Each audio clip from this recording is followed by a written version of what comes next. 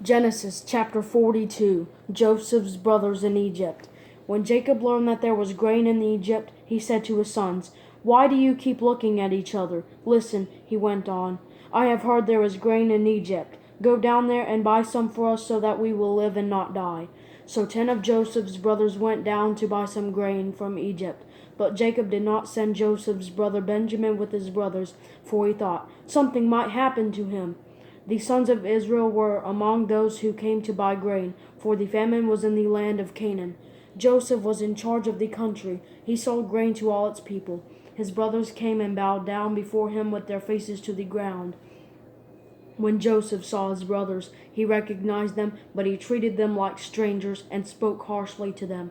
"Where do you come from?" he asked. "From the land of Canaan to buy food," they replied. Although Joseph recognized his brothers, they did not recognize him.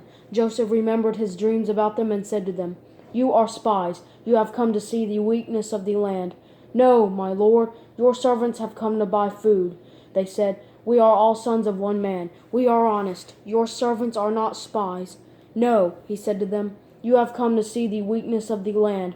But they replied, "We, your servants, were 12 brothers, the sons of one man in the land of Canaan. The youngest is now with our father, and one is no longer living." Then Joseph said to them, "I have spoken. You are spies. This is how you will be tested. As surely as Pharaoh lives, you will not leave this place unless your youngest brother comes here. Send one from among you to get your brother. The rest of you will be in prison so that your words can be tested to see if they are true. If they are not, then as surely as Pharaoh lives, you are spies." So Joseph imprisoned them together for 3 days.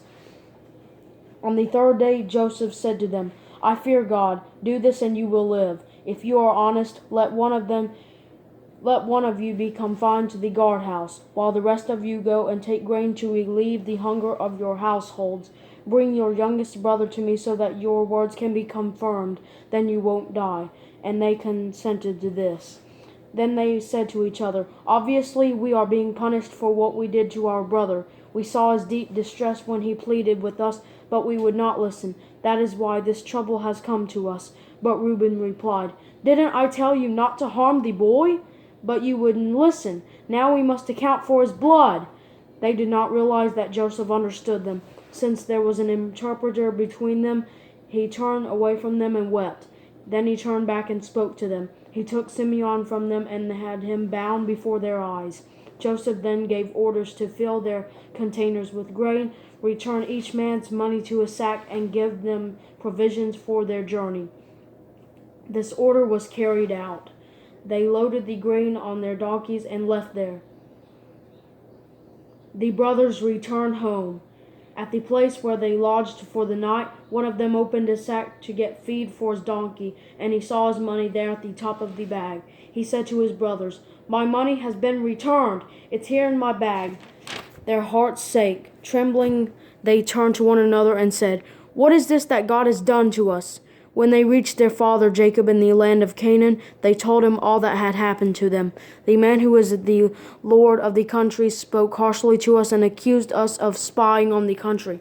But we told him, 'We are honest and not spies. We were 12 brothers, sons of the same father. One is no longer living, and the youngest is now with our father in the land of Canaan.' The man who is the lord of the country said to us, 'This is how I will know if you are honest. Leave one brother with me, take food to relieve the hunger of your households, and go. Bring back your youngest brother to me, and I will know that you are not spies but honest men. I will then give your brother back to you, and you can trade in the country.' As they began emptying their sacks, there in each man's sack was his bag of money. When they and their father saw their bags of money, they were afraid. Their father Jacob said to them, 'You have deprived me of my sons. Joseph is gone and Simeon is gone. Now you want to take Benjamin. Everything happens to me.' Then Reuben said to his father, 'You can kill my 2 sons if I don't bring him back to you. Put him in my care, and I will return him to you.' But Jacob answered, 'My son will not go down with you, for his brother is dead, and he alone is left. If anything happens to him on your journey, you will bring my gray hairs down to Sheol in sorrow.'